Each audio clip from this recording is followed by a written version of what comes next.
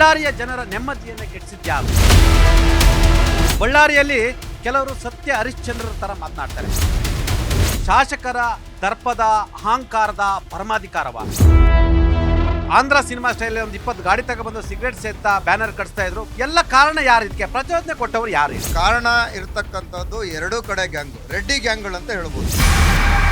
ಕ್ರಿಯೆಗೆ ಪ್ರತಿಕ್ರಿಯೆ ನಡೆದಿದೆ ಅಲ್ವಾ? ಕಾಂಗ್ರೆಸ್ ಕಾರ್ಯಕರ್ತರನ್ನ ಕೊಂದ ಪ್ರಶ್ನೆ ನೀವು.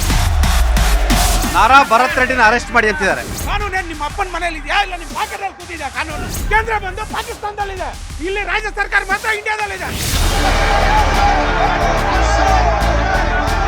ಮನೆ ಮುಂದೆ ಬ್ಯಾನರ್ ಕಟ್ಕೊಂಡು ಸಿಗರೇಟ್ ಹೊಡ್ಕೊಂಡು ಪ್ರೊವೋಕ್ ಮಾಡಿದ್ರೆ ಯಾರು ಸುಮ್ಮನೆ ಇರ್ತಾರೆ ಸರ್ ಇವತ್ತಿನ ಕಾಲದಲ್ಲಿ? ವಾಲ್ಮೀಕಿ ಪುತ್ಥಳಿ ಅನಾವರಣ ಆಗ್ಬೇಕು. ಇವ್ರು ಇಷ್ಟೇ ಅರ್ಥ ಮಾಡ್ಕೊಳ್ಳಿ, ಈ ಮನುವಾದಿಗಳ ಮನಸ್ಥಿತಿ ಎಷ್ಟು ಅರ್ಥ ಮಾಡ್ಕೊಳ್ಳಿ. ಇದು ಭವಿಷ್ಯ ಪಾಪ ಬಳ್ಳಾರಿ ಜನರ ದೌರ್ಭಾಗ್ಯನೇನೋ ಗೊತ್ತಿಲ್ಲ. ಗುಂಡುಗಳ ಅಧಿಕಾರ ನಡೆಸ್ತಾ ಇದೆ. ಒಬ್ಬ ಅಮಾಯಕನ ಪ್ರಾಣ ತಗೊಂಡ್ರು.